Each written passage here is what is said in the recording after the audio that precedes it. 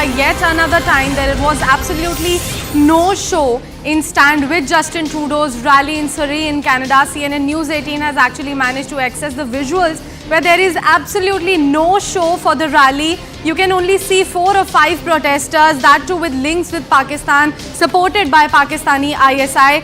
This is the big breaking news of the hour, that there is absolutely no show. Justin Trudeau is basically on a sinking ship. His popularity is on decline. There was absolutely no show in stand with Justin Trudeau in his rally in Surrey in Canada. CNN News 18 is flashing the exclusive visuals that we have accessed, where almost no show was there on Justin Trudeau's rally. Only 4 or 5 protesters were there, as you can see in the visuals that we are flashing on your screens as well. These protesters are also supported by Pakistan ISI. I have Abhishek Jha, who continues to be with me on the phone line.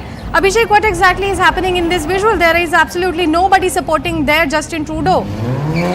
So there was apparently this rally that was called in support of Justin Trudeau ever since he has leveled those serious allegations on India and its agencies in the killing of Hardeep Singh Nijjar.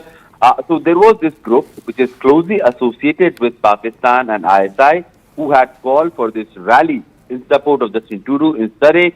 The Rahat Rai, who has been one of the organizers of the rally, has a close ISI link, and in the past also it has been reported that several of ISI team members have visited him and stayed at his place. So they were trying to organize a rally to show and exhibit their support that Justin Trudeau has been on right path, and this is the kind of support that he is having on the issue of allegations that he has put against India. But there was no show. That means on the reality, on the ground, people are not convinced what Justin Trudeau has tried to allege against India. So no matter how much political rhetoric he's trying to spin and how much of ISI supported Khalistani violent extremist group he's trying to rally in support of him, there is hardly any support on the ground, hardly any support from the normal common people who live there, the Sikh community who live there, and there were just few propagandists who were for their vested interest being part of the political circle of Justin Trudeau's party who were in support of there, and there were a handful of people who did reach out, who did reach for this rally, and that shows the kind of not convincing or no support Justin Trudeau has getting in Canada on these allegations and diplomatic row that he has created with India. And apparently that sinking ship is basically the reason behind his desperate attacks against India as well. Thank you so much, Abhishek, for joining us and bringing us all those crucial details. Now, amidst escalating tensions between India and Canada, global reactions continue to pour in. My colleague Shivani Gupta spoke with former Pentagon official Michael Rubin on the Western hypocrisy on terrorism and taking out targets on foreign soil as well. Listen into that conversation. Michael, you've written about how Khalistani sympathizers and secessionists have found shelter in Canada, and how Canada is the weak link as far as terror financing and terror funding, clamping down on terror funding in the world is concerned. Could you tell us more of what you found, and why do you think, particularly in Canada, the Sikh separatist movement is finding so much political support?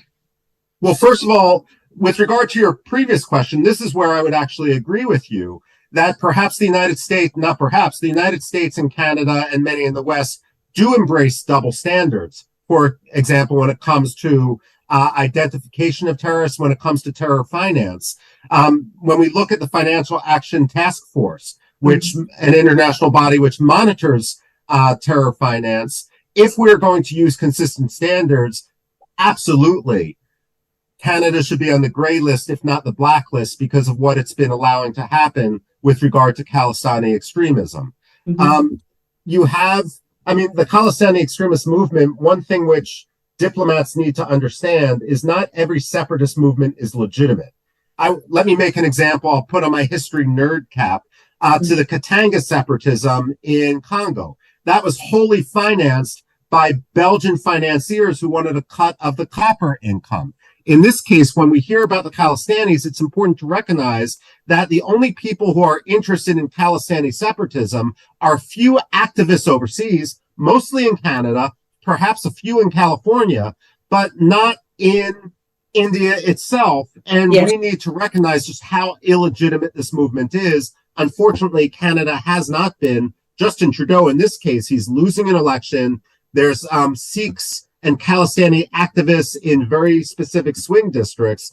He's basically throwing international relations and Canada's moral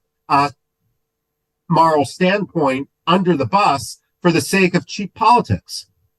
Mm-hmm. You spoke about double standards and hypocrisy. Now, another thing this episode is shining a light is on taking out enemical targets on foreign soil. A lot of people in India and around the world are talking about that even if India was behind the Niger killing, someone who's prescribed a terrorist in India, what is so wrong about it when countries like US and others have also taken out targets on foreign soil? Well, I'm not a diplomat, so let me call it as I see it. I think in this case, the Indians are absolutely right.